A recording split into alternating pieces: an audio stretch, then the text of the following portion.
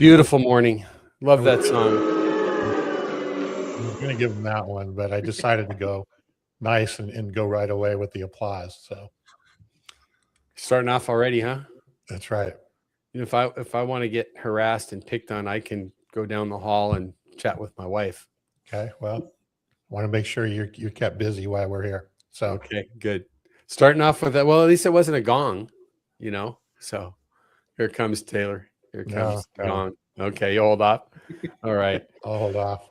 Taylor's sitting back there going, why did I accept this? There we go. Why did I accept this invitation? He's saying, right, I've got plenty that he could do today. So anyways, we start off again digressing. So good morning, Mr. Burton. Good morning, Mr. St. Germain. Good to have you with us again. And thanks for having me. Appreciate it. Appreciate you coming. Are you traveling this week before you? I get a few week stretch off, and as much as I love traveling the country, it's a nice break from airplanes. So I get a couple of weeks to be home with the kid and the wife, and I'll take it. The first half of the year was very busy. Yeah. How many spots or stops? I did over 30 keynote presentations in the first half of the year. So that's 30 different cities at least, not including all the client visits and things in between. Astounding. Yeah, Tom, we shouldn't complain about the trips that we have to take here and there.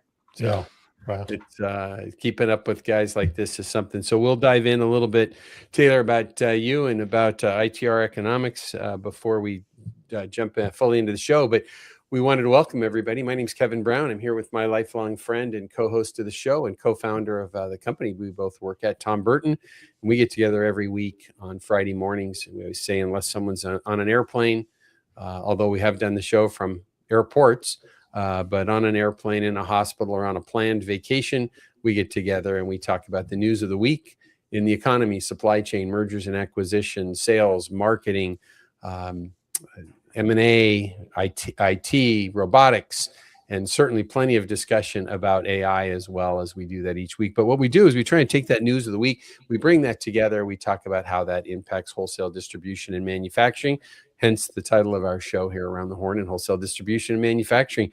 We have been doing this for 193 weeks, which means sometime around the next 8 to 10 weeks, we're going to have a 200th anniversary show.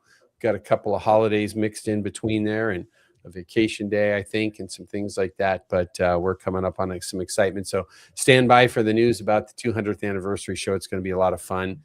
It's a little celebration to go with all of that. Should be great as well.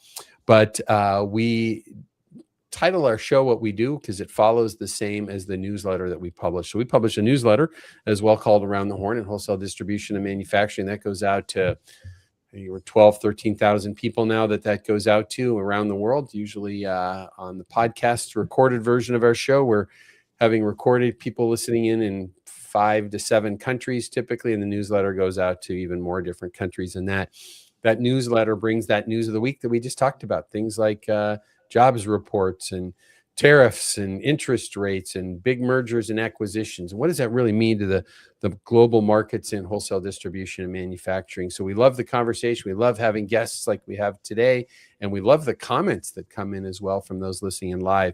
But if you happen to be not listening in live with us, we're live today on LinkedIn, YouTube, and Facebook Live. But if you happen to be listening on the recorded podcast on Apple or Spotify or Amazon or wherever that might be, you won't see, first off, you won't see these 3 handsome faces, but additionally, you will not be seeing the newsletter that we have. So if you'd like to get that newsletter and follow along with us, a few simple ways to get it. Just send us an email at hello@leadsmarttech.com and we'll get the newsletter out to you right away. You can just search Around the Horn in Wholesale Distribution on LinkedIn and request the newsletter there. You'll get it sent directly to your email box, but it will be available to you on LinkedIn as well. And then we have a website for the podcast, www.aroundthehornpod.com. And you can see past episodes there, subscribe, and do whatever you'd like there. The only thing we ask is if you like what you hear, help us get this information out to other people. Hit the subscribe button, the follow button, leave a review. If the format you're on will allow you to do that, Apple certainly does that. It's a great benefit to us, raises us up in the algorithms and gets us out in front of more people that get to hear conversations like we're going to have today. So we're appreciative of that. One last little housekeeping piece before we jump. We couldn't do this show every week without the help and support of the company that Tom and I work for. Podcasting is not cheap, especially when you get close to 200 episodes. And so we have a team behind us that helps us with that and preparing for the show and post-show production. So our show is sponsored by the company that Tom and I work for, Lead Smart Technologies. We've developed a solution that we call an enterprise growth platform. And that enterprise growth platform unifies fragmented and siloed data from across an organization, brings it into a single platform, things like ERP data, marketing automation, e-commerce, other growth tools that are being used, data warehouses. We bring all of that data into a single platform where now we're able to use artificial intelligence and other technologies to analyze that data fully across your customer's journey, your internal teams, and your overall business to give insights that aren't coming from silos or buckets, but they're coming from a view across your business. What does that do? Well, it solves the problem that everybody is trying to solve, which is how do I grow more efficiently in the world that we live in with the turbulent times that we have? And when we understand our customers, our teams, and our business better because we've brought data together into a single place to use the available technology, we can make better decisions, have faster movement, and get alerts and notifications on where there's opportunities and risks. So if your company's digitally transforming, trying to grow faster with fewer people, then we would love to talk to you and help you in that journey. So on to the news. Tom, Taylor, before we get started, let's introduce our guest, Taylor St. Germain. You are a senior at ITR? Tell us about you, ITR, and your travels. And again, thank you for being with us for a second time. Thank you so much for having me. Yeah, I'm Taylor St. Germain. I'm senior economist and business consultant with ITR Economics. I'm one of our public speakers. So when I'm behind the computer, I'm helping clients find their leading indicators, helping them forecast their business, navigate the challenges of the economy. When I'm not behind the computer, I'm traveling the world, giving economic keynote presentations. And yeah, needless to say, it's been one of the busier years I've had personally as far as travel goes, just with all the noise and current events going on. There's nothing happening out there. Yeah, just a couple of things here. But I've got a great team at ITR behind us. Check us out at itreconomics.com. We're on LinkedIn. I host my own podcast called Trends Talk. So a number of ways folks can interact with us, get in touch with us. That's super.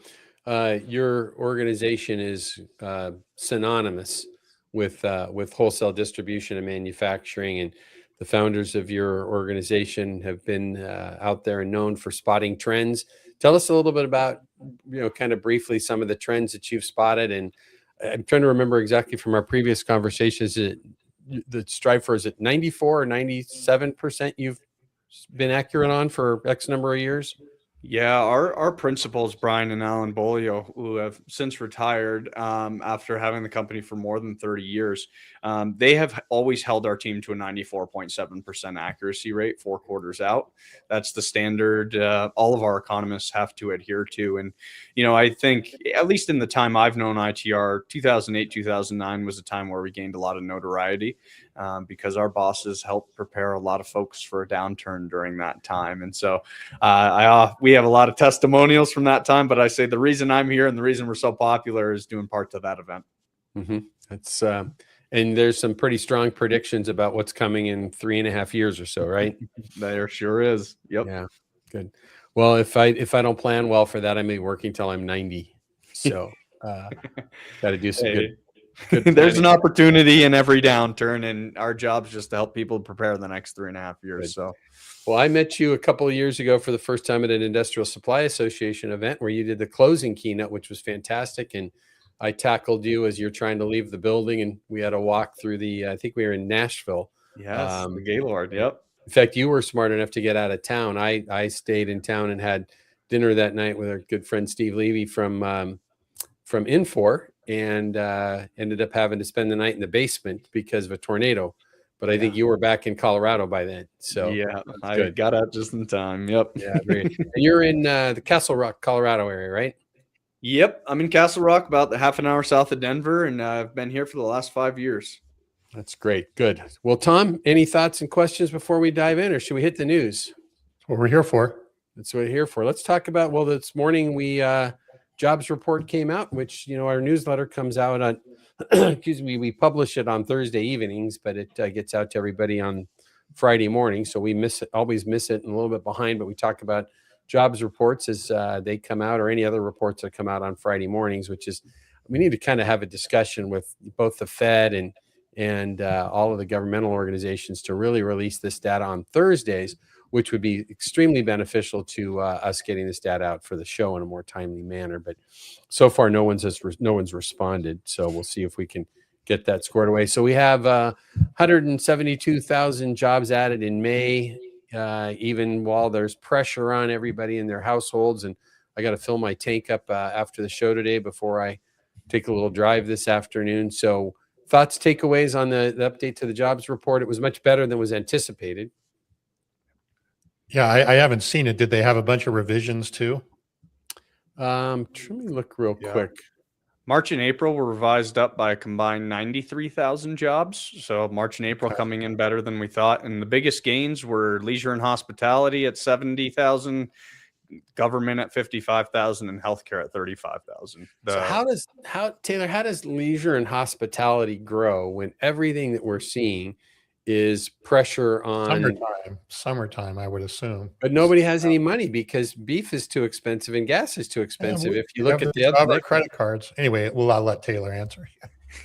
Well, this is something, and I'll make this answer as short as I can because an economist. I just want to drag this out, but we looked at the different income brackets recently, and if you look at the bottom 40% of earners, those folks are the ones that are feeling the pain of this inflation right now.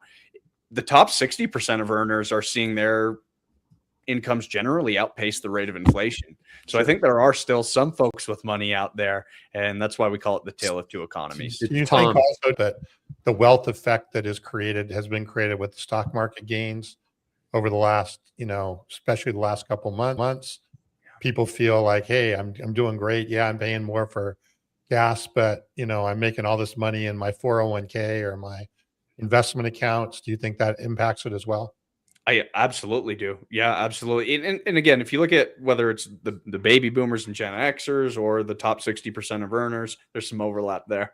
But you absolutely see that reality. Those folks are continuing to get wealthier, whether it's their bank accounts or their investments. Right. And the lower 40%, as you talked about, generally don't have assets like that or in the stock market or certainly not as invested as the upper half. Yeah, that's correct. Our research just looked at food, housing, and healthcare, and those three costs alone were above the long run average for those bottom 40% of earners. So those three things alone are really hitting those bottom 40. So I guess the bottom line, Kevin, is I think people are still taking vacations and going to Disney World and doing all those things, regardless.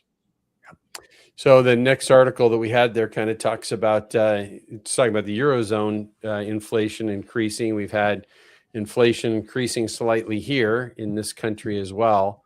We got the push on energy prices. That's going to tie us, I guess, to the elephant in the room, just to get Taylor's opinion on all of this, is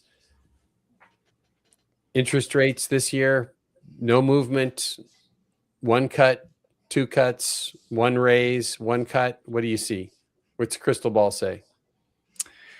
I think you're going to see rates stay flat for the majority of the year, but the more we progress into the back half of the year, the more we're going to be discussing an increase. I don't think the conversations going around cuts is going to be relevant much at all with the type of inflation we're seeing. What do you see impacting that potentially to get back to the cutting idea that the president and the administration is pushing towards?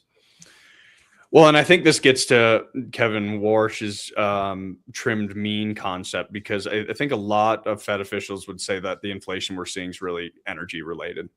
And so I think the reason they don't want to raise right now or cut right now is they don't want to overreact to the temporary energy inflation increase. So I do think the situation in Iran is weighing very much. Can we come to a peace agreement? Can we get some of these conflicts resolved overseas? Because you're starting to see the ripple effects through the secondary markets in the supply chain.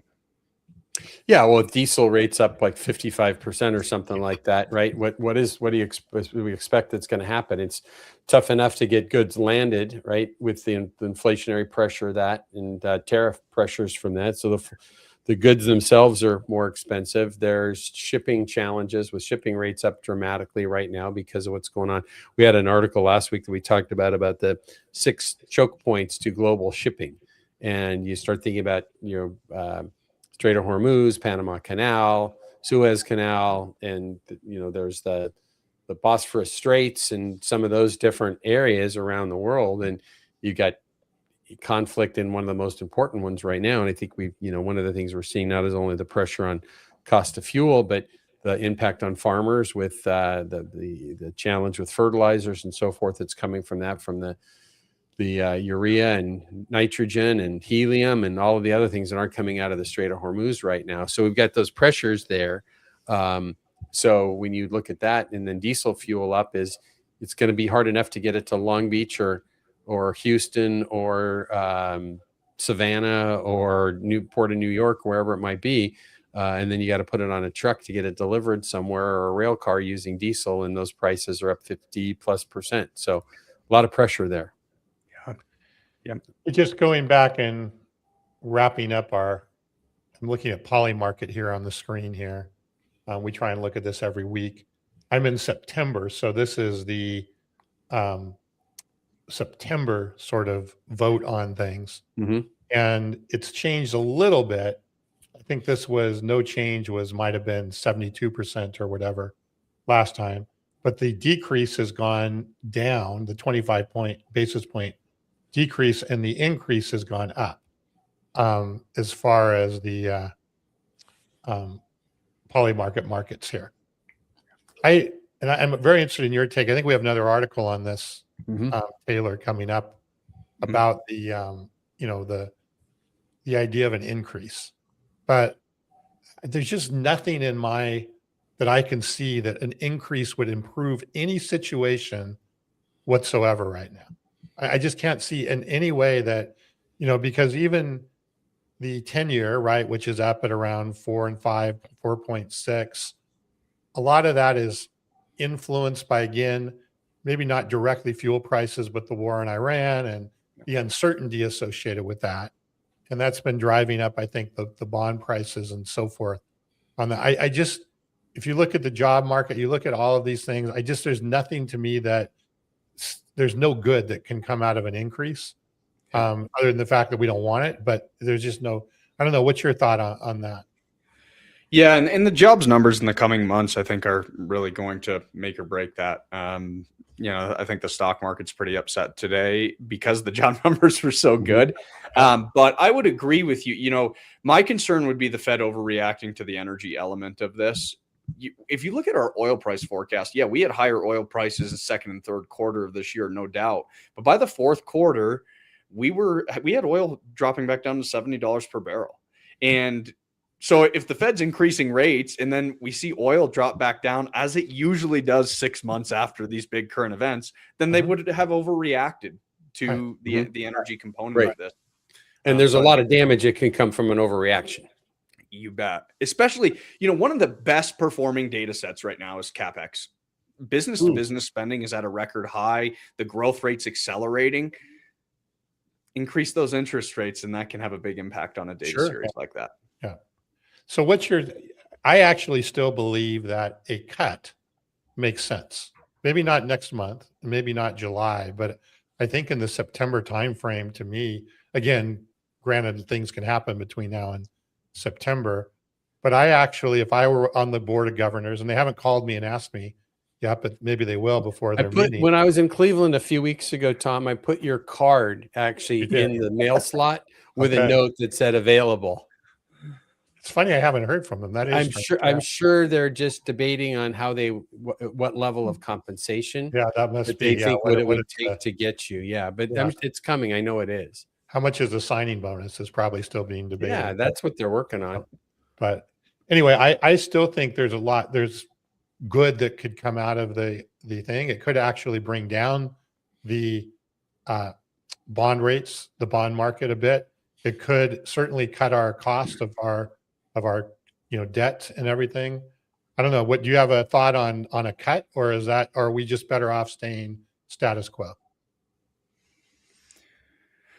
You know, the thing that worries me outside of the energy part, because again, I think we don't want to overreact to that, is the supply chain element and how quickly inflation can run away on that side of things. And if you cut, how quickly we can get runaway inflation on top of that. So I do think we have to be careful. Now, do I think a quarter point cut leads to those things? No, I don't. So I would tend to agree with you there. Now, if ultimately I'm the Fed chair and this is my job on the line, I'm probably holding, because I don't think you can make a mistake holding either way. Right. But I don't see harm in a quarter point cut, given where we are here today. And I think that's what Kevin Warsh is coming at with his trim mean idea. He says, if you exclude the outliers, we're above 2%, but just barely above 2%. So I imagine that's his argument Of holding. Of holding or even discussing a cut. Yeah. No, I think so. And I think, to Tom's point with that, if you do it early enough, right, and you've got there's September, October, November, I think are all meetings, right?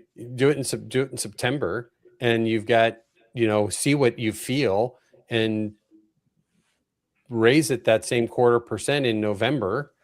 And then you're going to slow down anyways, and you're going to see the slowdown of December coming in, and then you've got a new year. But it doesn't seem too risky to look at doing that. There are just two elements I'd add to this that I do worry about related to inflation, though. First of all, electricity prices. Mm-hmm. If you look at those state by state, they're like quadruple the rate of inflation in some states. Yeah, and that is an element. Join us in California. Yeah. Luckily here in Colorado, I'm thanking myself for putting solar panels on my house. That's for sure. All my neighbors made fun of me years ago, and now who's laughing there? But Kevin's going to be doing that too here momentarily. But and the other thing is the material prices. I do, if you look at some of these commodities, I've had clients passing 25 to 50% price increases because of things like copper, aluminum, and steel. So there are certain elements of inflation that do concern me with where we are today. But again, I think a lot of those are related to the conflict in Iran. Yeah.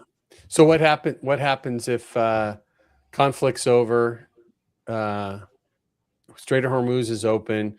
What in your mind is the recovery time to that? And then we start seeing some cuts potentially.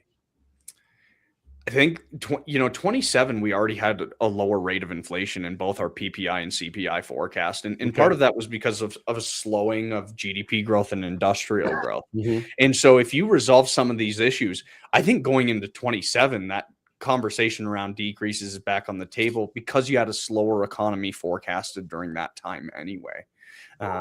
So I think you could set us up for a good year for 27, a better year than what we're forecasting if you are able to lower rates in 27 with a lower rate of inflation. Interesting. Okay. So before we go too far ahead, and we're going to stick with our economic discussions here, I don't know if I had an opportunity to ask you this previously, but when you joined us, but we had an article earlier that we were discussing that was from CNBC and talked about the Eurozone inflation rising to 3.2%. Their target is 2%. Our target is 2%. Most of the world's target is 2%. We use 2% because in the 80s, some politician in New Zealand in a hallway said it's a good number, right? What's your takeaway on, sorry that I harp on this, Tom, but we have somebody that actually knows. We joke on the show, Taylor, that, we're neither of us are economists. We just pretend to be occasionally. So since we have a senior economist with us, what's your takeaway on the metrics that are used to currently look at not just inflation, but even other economic factors? But let's just key in on inflation for the moment. What's your takeaway when we've got, Tom just a few minutes ago had Polymarket up, right? And we had a really good discussion last week. We were talking about this. Is that, Polymarket and prediction markets are just such an interesting phenomenon, because if you get enough people taking part in a market like that, you can change trends pretty quickly. And we saw that in the presidential election in 2024. These things have become really, really quite interesting for us. But my question behind that is, we have so much live data. We have amazing tools with artificial intelligence and machine learning and so forth. and so much it seems like what we're basing these rates and so forth on are pretty antiquated when we look at the technology that's, when was the last time we saw, Tom, on this show that we've talked about, when was the last time we quoted any government statistic that is an economic statistic that are tracking the economy that haven't been revised, right? Why do we need to revise if we have live data available? So anyways, I'm a little soapboxing there. I just love your take on, are we in a place where maybe we should rethink not just wholesale change, but maybe bring some other factors in to make some decisions on? Yeah, and it's something that we've done at ITR in the last year is bringing these data sets that are more representative of the moment in time we're in. Because, like you mentioned, everything that's released lags and then gets revised. So, it's because of the survey and sampling mechanics. I'm not going to bore everyone with those behind how these government organizations put things together. But, rather than showing historical GDP in our GDP forecast, I bring up the weekly GDP tracker in all my keynotes now, because I can tell you on a week-to-week basis how we did, just the week prior, or how we're trending in the week that we're in. So, I do think there's an element of that needs to be brought into this conversation here. And it gets to your initial point, which is this 2% inflation really something that we have to care about, maybe like we've been told we need to in the past? If we can bring in some of these live metrics and prove that we're growing above or below our rate of potential, maybe 3% inflation is fine with a 3% GDP weekly number, right? And so I do think it brings more light into some of those conversations that we've all just been told, no, that's always it's always the way it's been. Right. Well, and if you use the trimmed model too, right, that it's just can bring that down as well. Right. And maybe there's a hybrid approach of looking at a multiple different, numbers and deciding rather than just this one sort of arbitrary milestone that's out there. Yeah. Well, and I think that's what we've seen from the president talking about with things is the idea of that, looking at it from a standpoint of we've got, again, it kind of goes back to that, what do you call the trimmed mean? Was it? Yep. Exactly. Right? If you get rid of the outliers, right, things look pretty good, right? So why are we stuck in these old metrics that we've used forever is the question, I guess. Yeah. And again, I think for me, it depends how impactful those outliers are to businesses and people. And so I guess maybe that's where I'd push back on the Fed's trim mean a little bit, is if you're excluding some outliers just based on math, well, those outliers could be very important in terms of their impact on people and businesses. So I think I'm okay with the conversation of looking at a distribution or adjusting some of the metrics, but let's make sure we're not excluding metrics just to get to the conclusion that we want to get to. Yes. That's really a good point, right? Just don't dig into for the digging in stake to try and make you be right. Good. Okay. Well, that's just my takeaway on all this is just when we're using, I'll just say, antiquated metrics at some level, and we talk about this pretty regularly, and I have strong opinions on this. And my thought isn't get rid of it and start over, but it's like, why don't we use some real-time data, right? Not saying use Polymarket, Kalshi, or any of those things, but there's more data available to us. All right, Mr. Burton, where are you taking us next? Let's if you're up for it, let's move ahead, maybe even to a little bit more about tariffs and some of the refund stuff, which is getting quite interesting. I have to admit is if they would have just listened to the show a month ago, we have solved all of this for them, and now they're just figuring it out themselves. But so let's start here. I guess maybe there is some new tariffs that are now coming out. I can't keep track of all these sections. Section 301, 232, all that kind of stuff. I don't know, Taylor, do you have a handle on this, on kind of what tariffs are what, and are they happening or not happening? And there's talking here about Japan, and I thought Japan we had a deal with, but maybe we don't have a deal with. And so it's almost like we need like a reboot on where everything sits on all this tariff stuff. Yeah, I think the recent announcement was the tariff. I think it was 60 countries.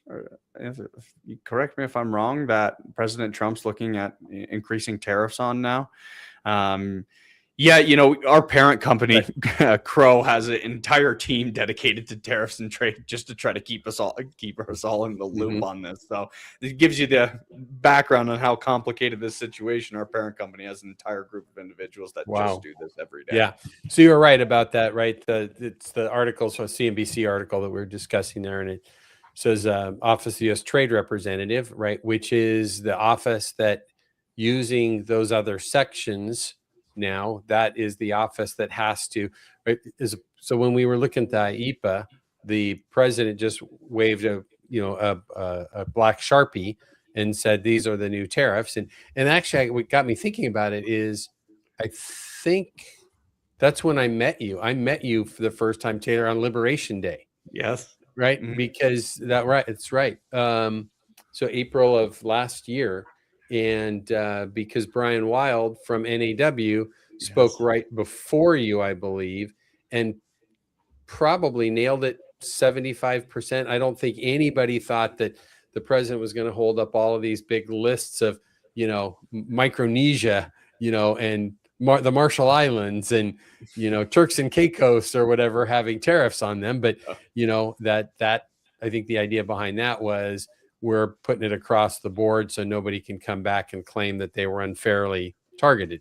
But now we're looking at them having to use these other statutes. And I think it was 3 of the 4 additional statutes.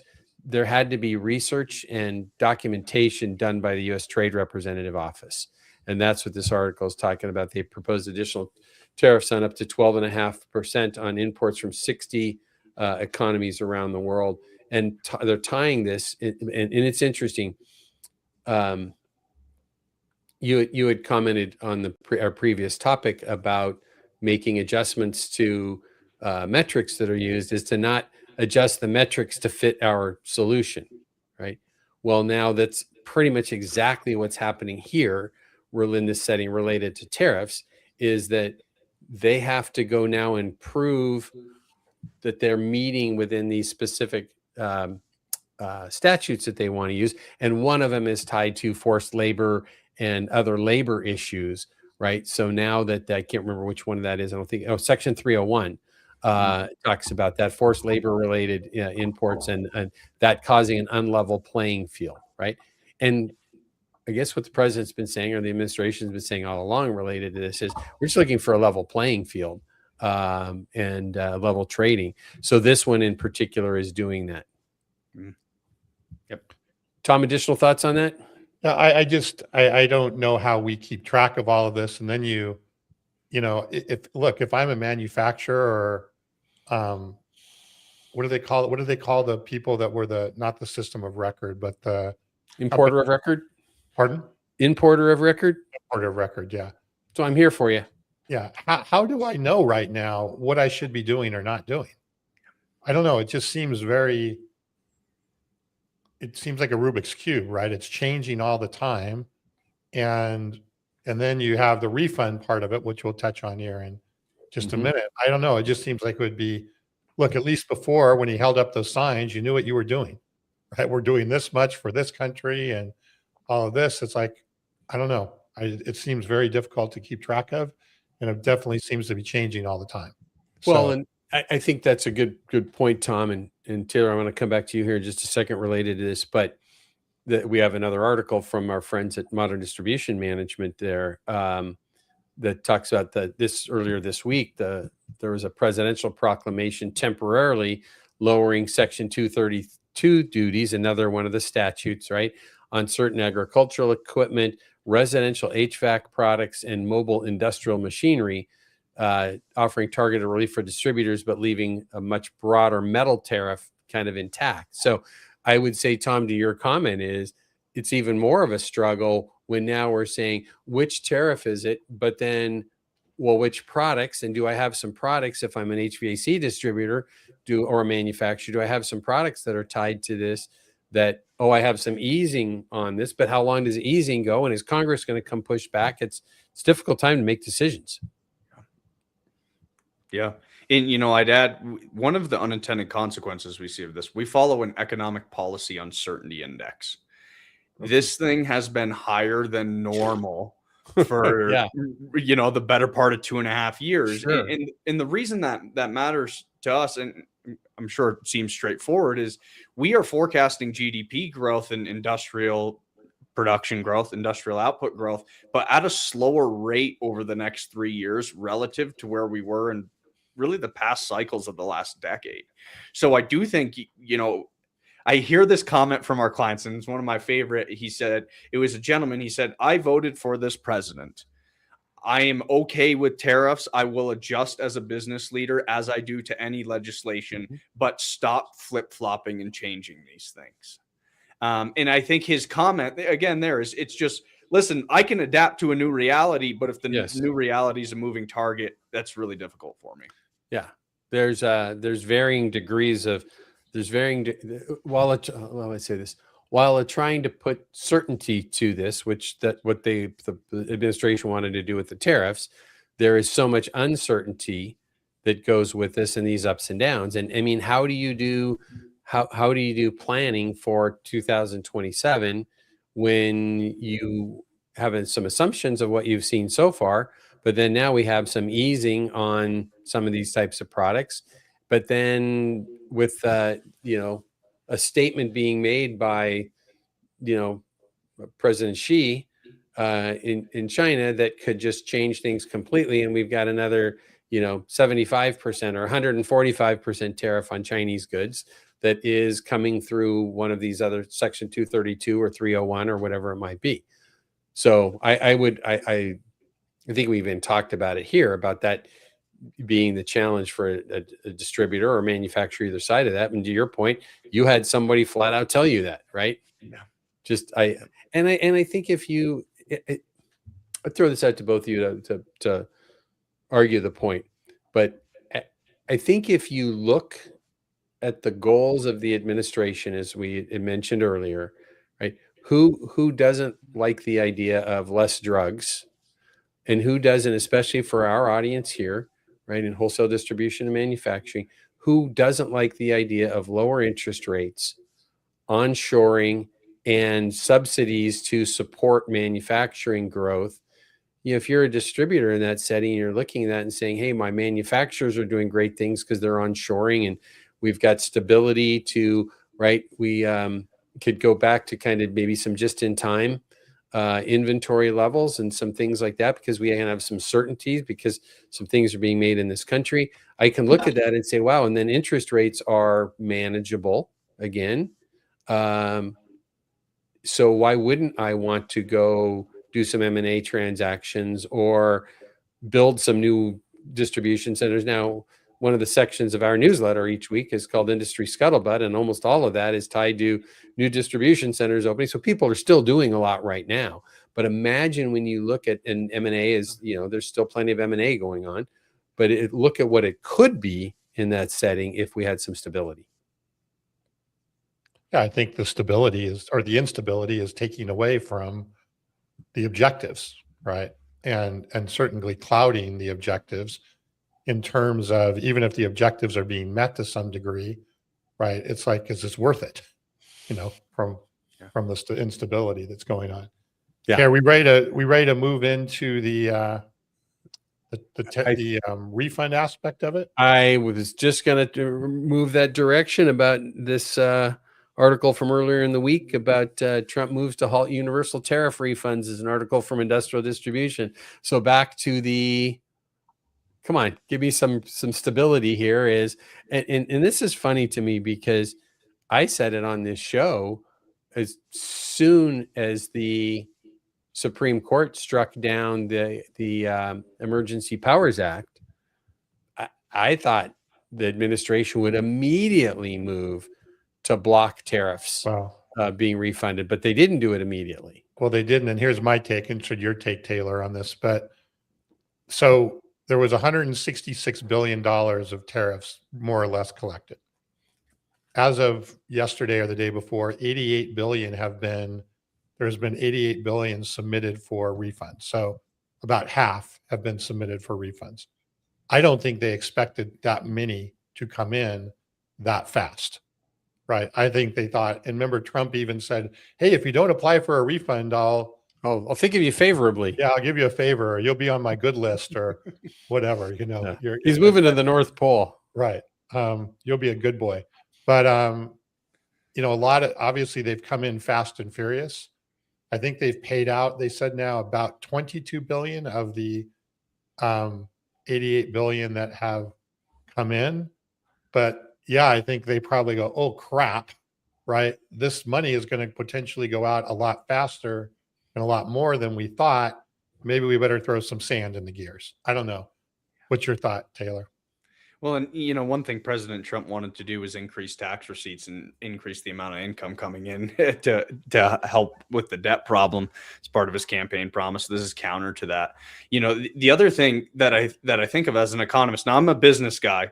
Anything that benefits businesses, all right. But there's this reality too. If businesses already increased their prices and passed along the tariff cost, now they're getting a refund when they've already passed along a lot of these increases. And now again, generally good for some businesses. So I don't want to act like I'm counter to that, but boy, that can create ripple effects through the economy as well. And again, it gets back to these unintended consequences. Like I said, tariffs are easy, refunds are messy is usually the phrase we use. But yeah, so my job's always to connect it back to the broader economy. And that's what I think about. I know from working with all my consulting clients, most of them have passed along these tariff increases. Sure. Yeah. And so if they're all of a sudden getting refunds now, the question they have for me is, what are my customers going to come to me and tell me? Well, there's an article that we have here on that, right? But we've talked about this for actually a couple of months. I mean, and I think we're seeing a little bit of it. My suggestion was, look, this isn't fair, right? The refund process is not fair. But if I'm a manufacturer or the importer of record or the people there, I could really be a real goodwill PR move to my customers and say, hey, you know what? I am getting some money back. And here is how I am going to make sure that I'm sharing the wealth. Now, in one of the articles, Kevin, I don't remember which of those it was, Costco has already announced that they're going to do that. Mm-hmm. Walmart has already announced they're going to do that. And other distributors and other manufacturers have at least made some statements that says, here's how I'm going to share the wealth. Interestingly enough, like Grainger and a lot of the big public distributors have not said anything yet at this point. But to me, this is and in fact, they even mentioned that some distributors were saying, hey, if our manufacturers or suppliers don't come straight with us, we're going to find other options, right, that are here.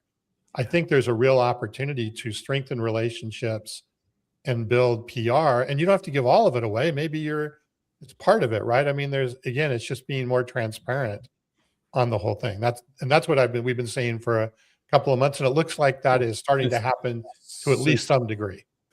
Yeah, but I mean, I think it's so much more complicated to do. And I mean, I just use this example, right? To take it to the next layer. I do the show from my home office before I go into the office later this morning. Monday morning, 6:30 a.m., there's going to be a lumber truck that delivers lumber to my house. And there's going to be a roofing supply company that's coming with roofing supplies because we're replacing all the fascia on our house and a brand new roof. Well, guess what? That's lumber from Canada, most likely, right? Don't know exactly where the roofing materials were made. Could very easily be in Southeast Asia, if not China.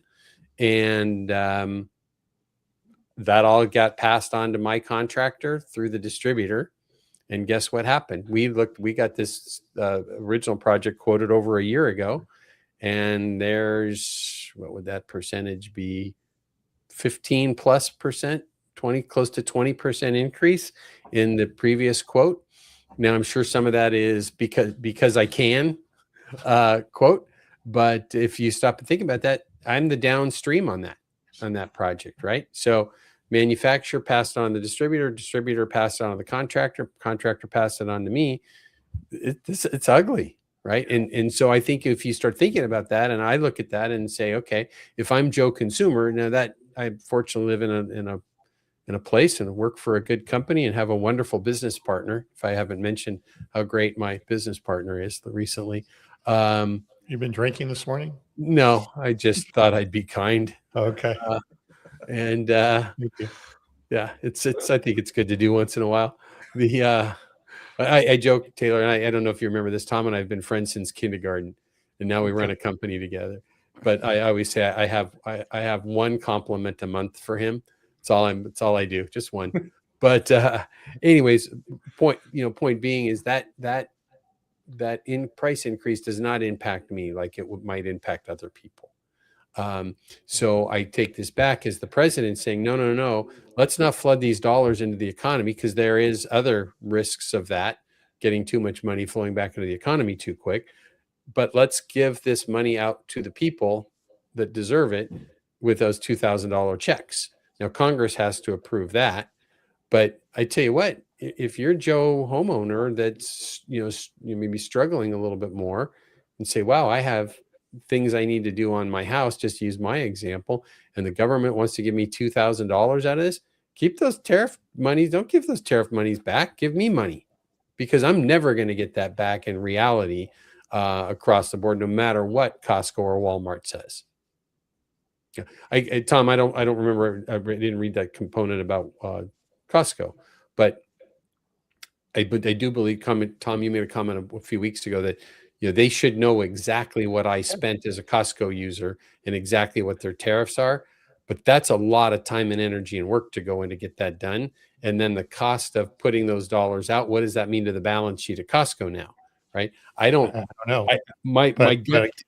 Go ahead. But again, if I feel better as a Costco member, right, that they're actually looking to do something about it, I'll probably get like another 50 cents on my rebate check that I get every year. It's not going to be. Is it PR or is it meaningful, I guess, is the question. Right. It's building goodwill.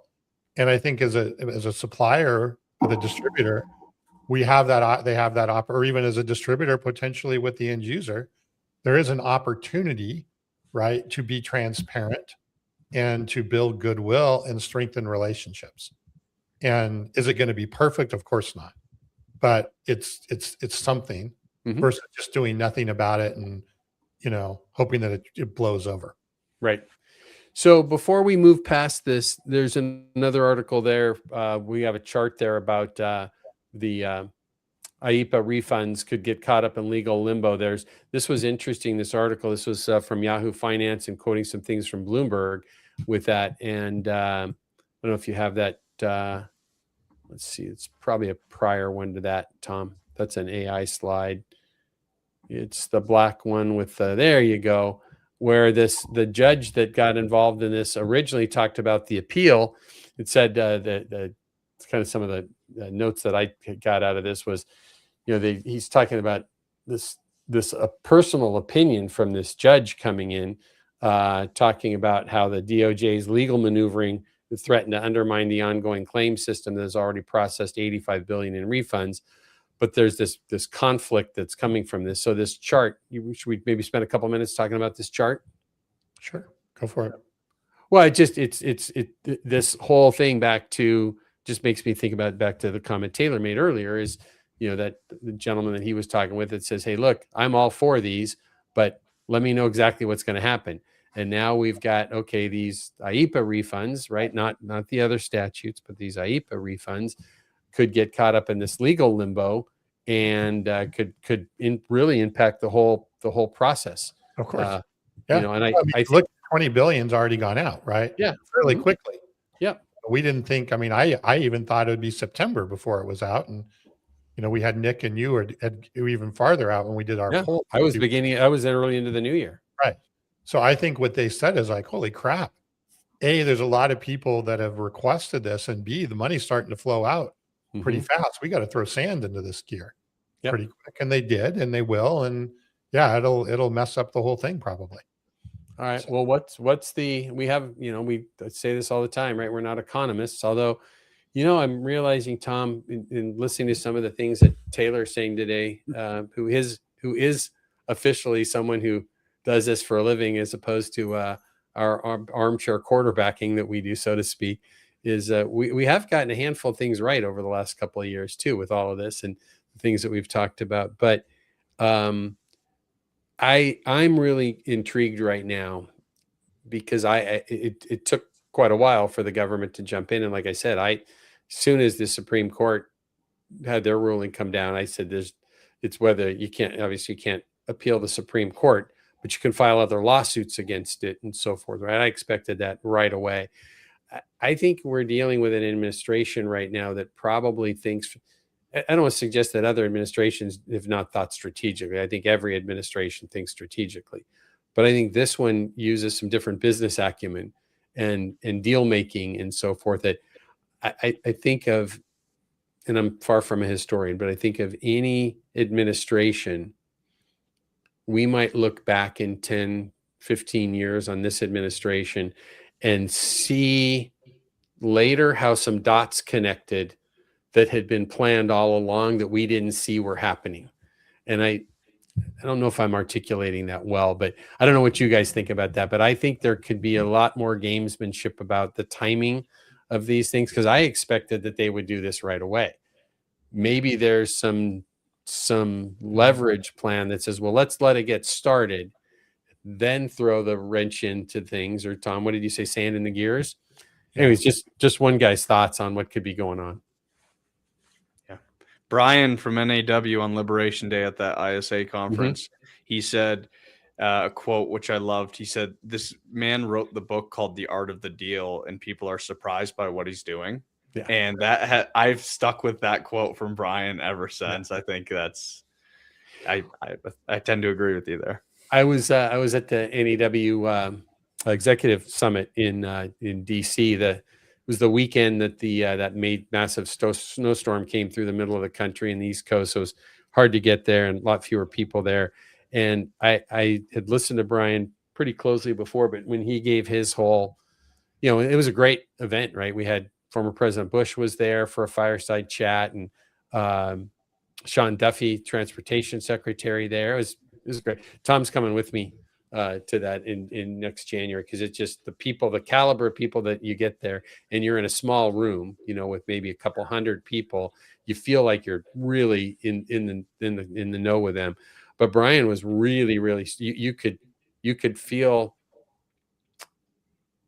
there's no love for the current administration with him, and so as he was talking about these things, and it was right before the Supreme Court's ruling came down, but he was no ifs, ands, or buts that it was going to come down the way it came down, and he was pretty clear on that. But I think, to your point, right? Yeah, I mean, look at the history, and this guy's he's not afraid of anybody. He's willing to talk to anybody. He's willing to negotiate anything, and he's willing to change what he did before. So nothing to that point. I'm gonna use that quote and remember that as well. That nothing should surprise us here. But I think it is going to be interesting, and it would be, well, I guess, Taylor, you work in a field and have the experience to bring all of these economic factors together. What's your take on where we sit with tariffs 6 months from now? Will we have given out the billions of dollars that were taken in, or will there be some negotiations to that? Will we be having more tariffs coming through? And by the way, nobody listens to this show, and it's not recorded. So I was going to say, if I knew what was on President Trump's mind, the wealth us three would have from the insight I'd have for you would be incredible. When we look, I'm going to use historical precedents, and this, came from Brian Boley, our former CEO, and he said, we still have tariffs in place from the last 4 administrations. Mm-hmm. It often takes a major economic event for us to change our perspective on tariffs. We do not have that coming for the next 3.5 years, as you alluded to earlier. So I would expect to continue to see, yes, I'm sure there's some changes for the countries that negotiate with President Trump and maybe come to the table and give him some concessions there.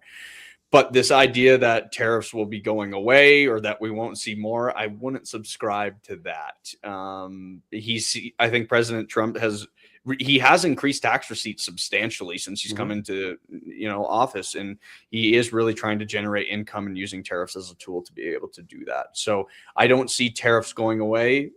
If you want to talk about when the next downturn comes, I think that would be the most logical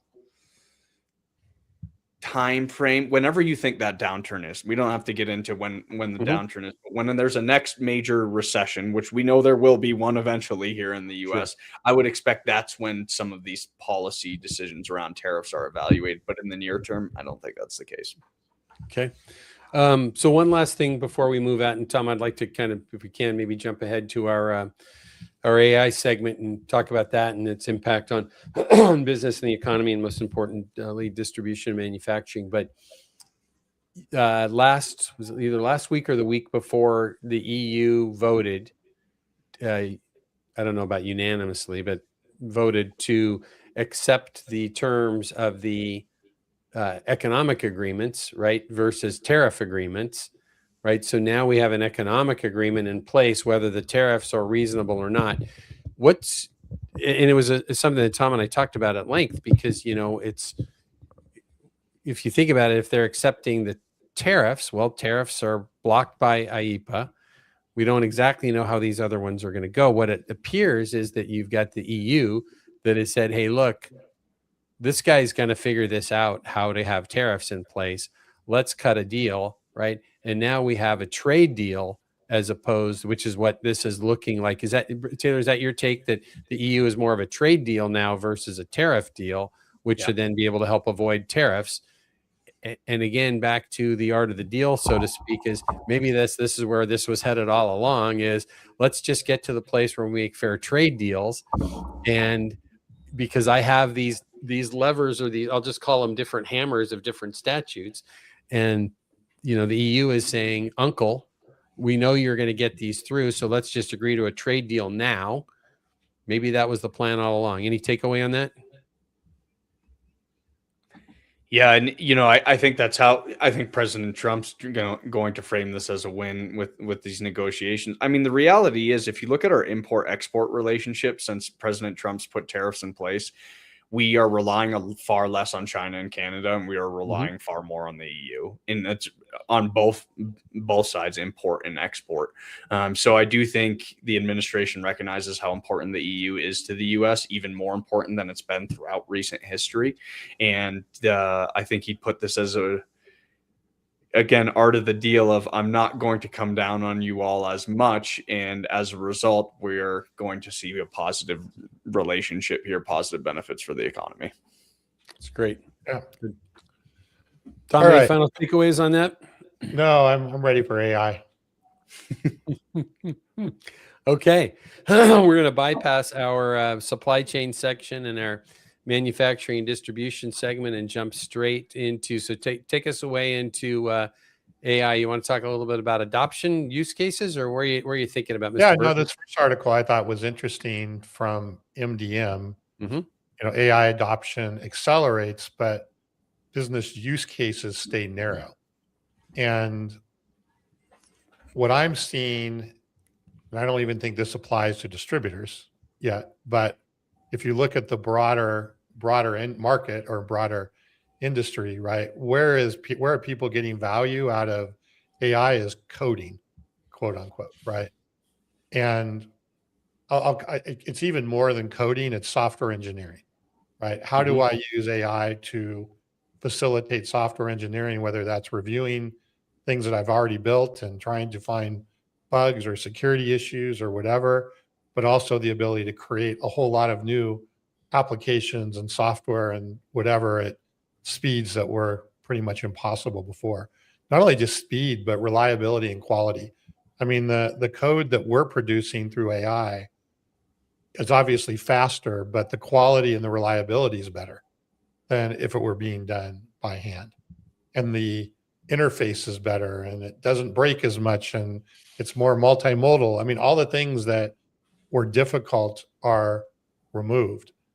And I think we've really just started to scratch the surface of how AI will impact this whole, I'll just call it software engineering area in organizations.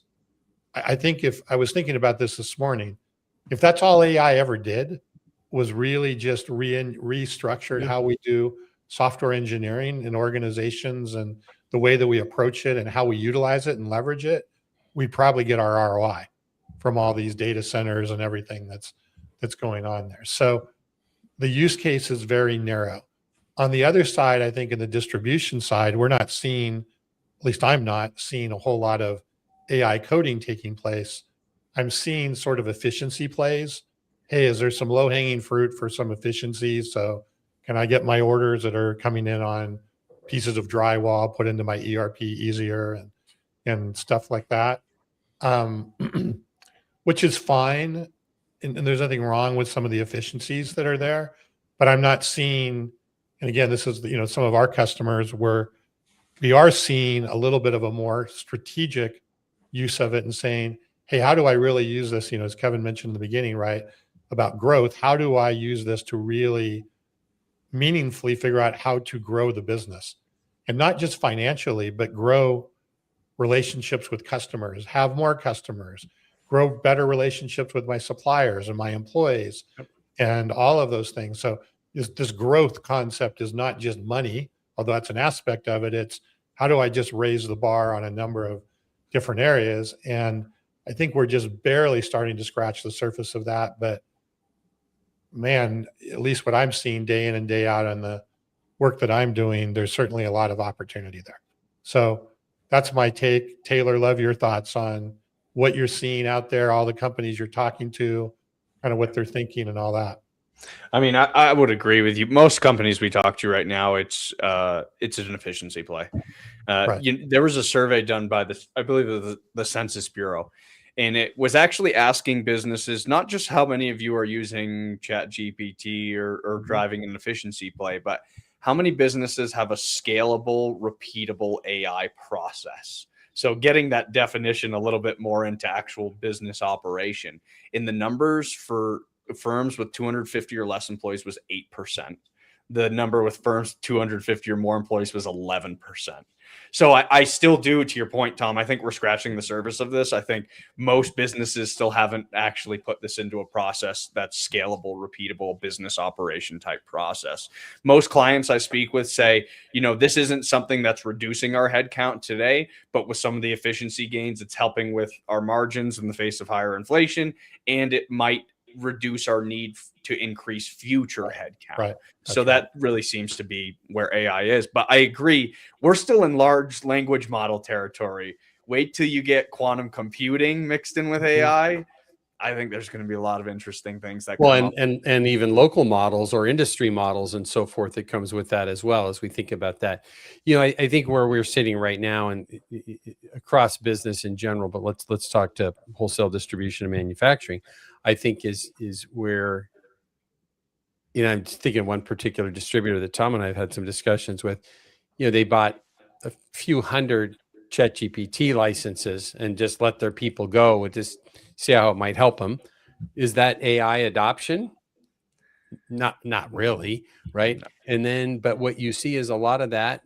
Maybe some organizations are doing some general things with co-work, or maybe even writing some there might do a little bit of vibe coding here and there on some things.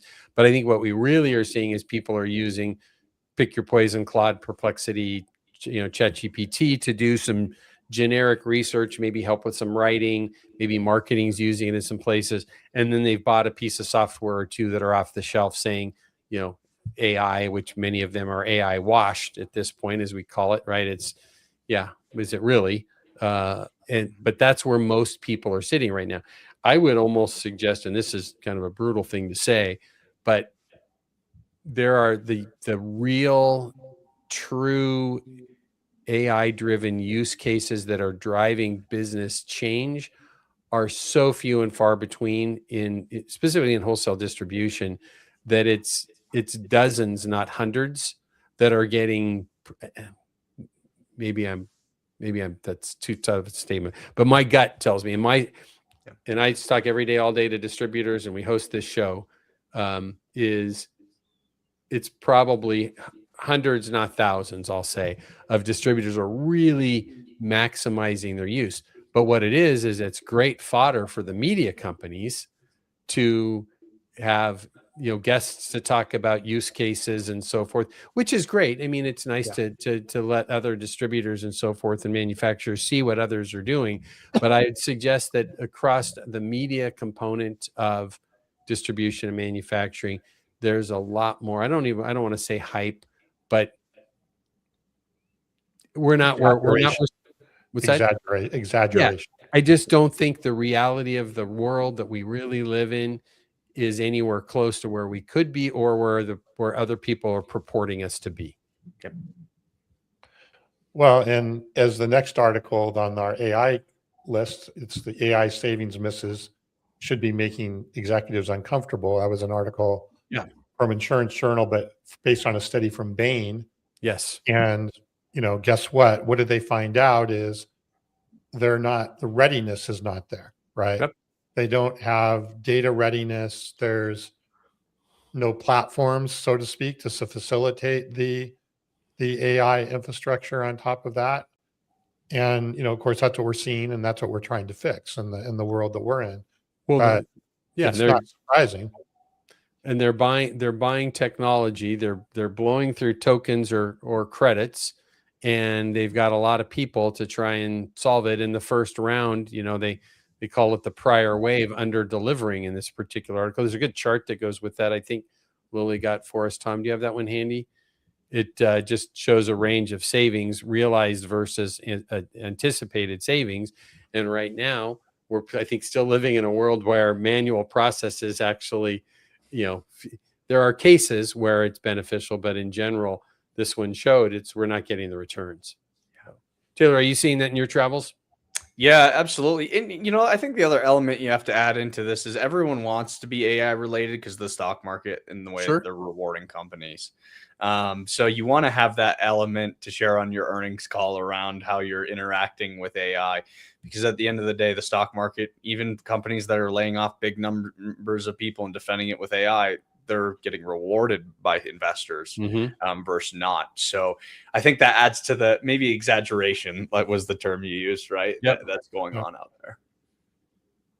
Yep. Yeah, there's a lot of talk, and to me, that none of this changes, in my opinion, the potential and the opportunity associated with it.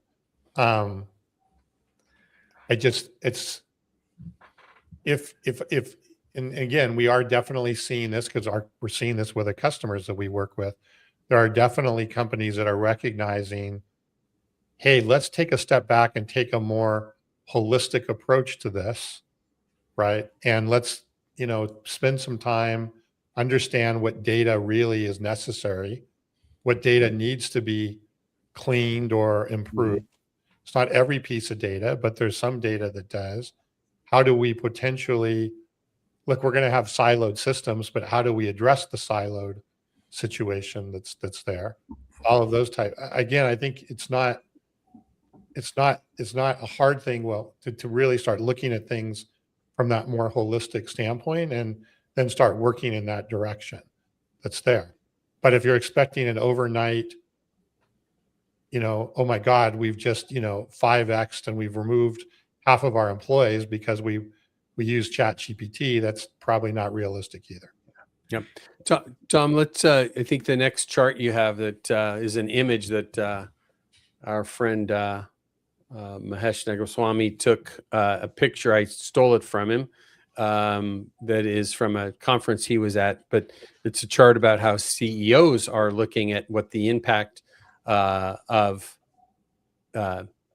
bringing AI into their workplace. And so we can talk about this briefly as well, but it's pretty astounding there that 80% of CEOs globally say their job is at risk if AI fails by the end of this year. That's pretty. What does that mean, though? What does AI fails? What does that mean exactly? You tell me. Yeah, I don't know. I mean, fails is a pretty broad word. Well, let's just. I think the magnitude of what this is saying is people are anxious, regardless of the definition. Sure. People are anxious, right? So, I mean, 75% believe that a fellow CEO will be ousted due to failed AI strategy, right? So I think what we're seeing in distribution and manufacturing from the people that we talk to, for the most part, is, and well, it's just a great example. Tom, we were on a call yesterday with one of our wonderful LeadSmart customers. It's, a very significant player in the HVAC and plumbing market. Their head of IT, and who is also a business person within the organization, and some other business people who were on the call, commented. He said, every week to 2 weeks, he sees their owner and CEO, and some of the tools that you and your team are working on, Tom, some more advanced AI tools that we're adding in that they're aware of, because they're going to beta some of them with us. Their CEO is asking, when is that ready? Right now, we've got one of the many, many software companies that they work with, but I happen to have had an opportunity to spend some time last month in Indianapolis with their CEO talking about some of this. But you've got the VP of IT that is saying every time he sees the CEO, the CEO is asking, when's that next AI feature launching, right?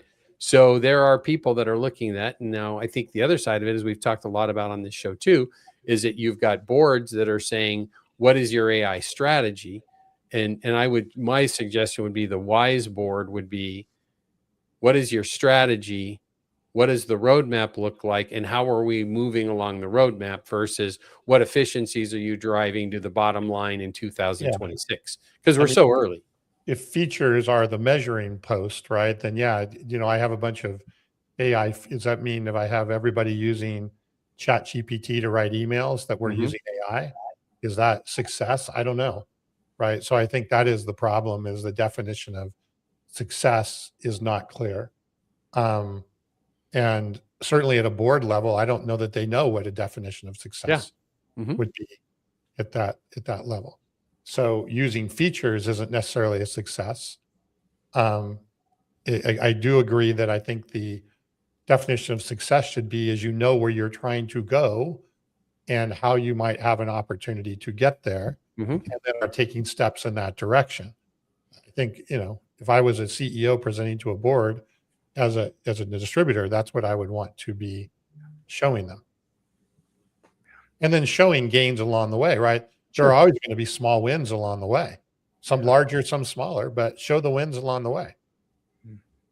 So. Well, we have another article that ties into that same thing from CFO Dive that talks about poor leadership, process failures are sinking AI projects. And I think, when we look at this, that goes back to the comment that we just had about having a plan, having some guardrails in place. We have a whole section next section in the newsletter that talks about cybersecurity as well. And I think that's where, if we think back to that slide we had up a few minutes ago with some of those risks, is if I'm a CEO and let's just say I'm running a $300,000 a year wholesale distributor with 30 locations and 15 sorry, $300,000 distributor. I'm sorry, $300 million, and I've got X number of locations and Y number of trucks and all these salespeople, and I'm thinking, okay, I want to drive efficiency. I want to drive profitability. I want to get rid of my siloed data in my business and fragmented data that I have, and take full opportunities that these things avail to me. Let's get started. And I get really excited and anxious and get rolling, but I don't put a cybersecurity plan in place or some guardrails on data. Tom always uses regularly the idea that without some good guardrails and understanding of access levels and so forth, you could plug in a chat bot, and next thing you know is that the warehouse manager knows the salary of the owner of the company, and pending litigation about XYZ, right? And so you think about that slide we had looked at before that Mahesh had shared, was that that anxiousness or getting fired could be tied to, what is that? The FOMO, fear of messing up, right? There's a lot of risks that goes with that as well. So,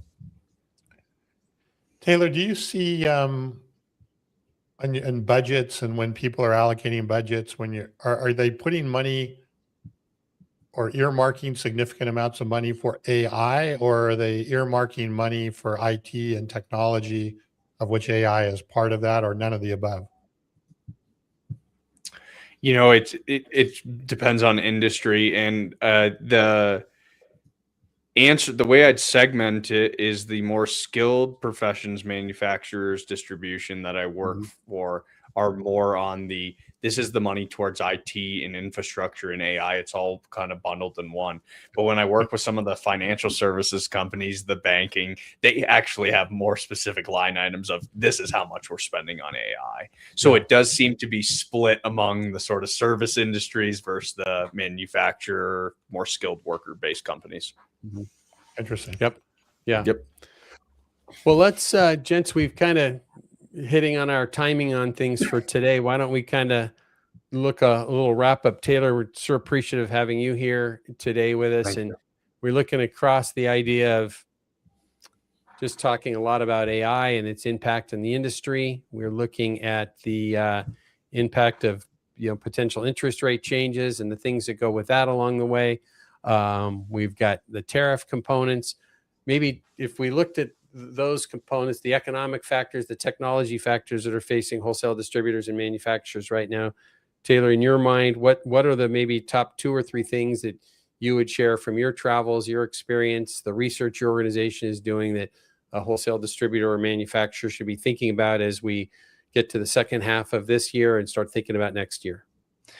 I want to reiterate to everyone, we are very optimistic on what the demand environment still looks like for the second half of this year. I know we're talking through a lot of the challenges that are coming along with growth today, but we have growth in our forecast in 26 and into 27. Now, you have to deal with this idea of profitless prosperity. And I think that wraps up our conversation today really well. The idea behind this is it's growth, but it's all growth at a higher cost. And so it's not a question of will your sales and revenue grow? It's a question of can you maintain a margin or expand a margin during this period of growth? You need to be able to leverage these technologies, find efficiencies, protect your margins through price if you really want to benefit from the growth that's out there in 26 and 27. Find those economic data points, those industries that are on the upper end of the K. It is a K-shaped recovery in the economy right now. There are some industries that are soaring, others that are just sort of struggling along here. But my message to everyone, every keynote that I've left over the course of the first half of the year is it's growth at a higher cost. Manage that cost component with efficiencies and technologies and AI, and it's going to be a great second half of the decade for you. Where are those costs coming from that are eating into the profitability? Is it Tariffs, or is it other just costs just of one? Yeah. So when I present an inflation section, there's 4 primary areas I present. It is labor costs. AI is helping with the white collar people. It is not helping much with the blue collar people, and those wage numbers are high right now. So it's labor costs, it's electricity and power costs as a result of all the data centers in our grid. It is tariffs with the nationalism, and even reshoring, which is a positive thing, still inflationary. And then the last piece is fiscal policies. Our government spending and our money printing and our money supply all drives inflation. So those are the 4 key components I fill businesses in on as far as the higher cost. But I think what I hear you saying is through, organic growth and other sort of strategic growth strategies, you can outrun that and still grow and maintain higher margins, maintain or increase margins that are there. Right. It just cannot be a single approach. You can't rely solely on price increases. You can't rely solely on efficiencies. You have to be doing all these things in tandem. Yep. That's great. That's very good. Good. You're good. Tom, any closing thoughts on the day? Oh, it's been great. Thank you, Taylor, as always. Thank you. Some good stuff here. This is one I like to listen to again. So I really appreciate your insights. We thank you for coming and hope you'll come back again sometime. Absolutely. I really appreciate it. Thank you both. If you find yourself in Southern California for something, let us know. We'll buy I don't want to say I'll buy the first round of beers. I'll buy them all. How's that? Hey, that sounds perfect. Yep. Good. That's great. All right. Well, wish you a great weekend. We thank everybody for joining us here. We get together, as we said, every week. We have insightful guests like Taylor and others that join us where we can talk about what's happening in the world and the economy and supply chain and M&A and all of the things that are going with that. In fact, it just triggers for me. I probably have about 5 questions I would love to ask you, Taylor, about even the M&A environment, but no time for that today. But we appreciate everybody that's joined us, that listen in, whether you're listening live or on the podcast that's recorded later in the day. We thank you for coming each week. We just ask you that one favor, that if you would do, if you enjoy what you're hearing, subscribe. If you're on Apple or Spotify, click that subscribe button, and even better, leave a review of the show. LinkedIn, just do the follow on the show and the Lead Smart Technologies page. That's a big help. If you're on YouTube, which that audience is growing all the time, please just hit that subscribe and alert button even, and that'll be beneficial to all of us to continue to do this.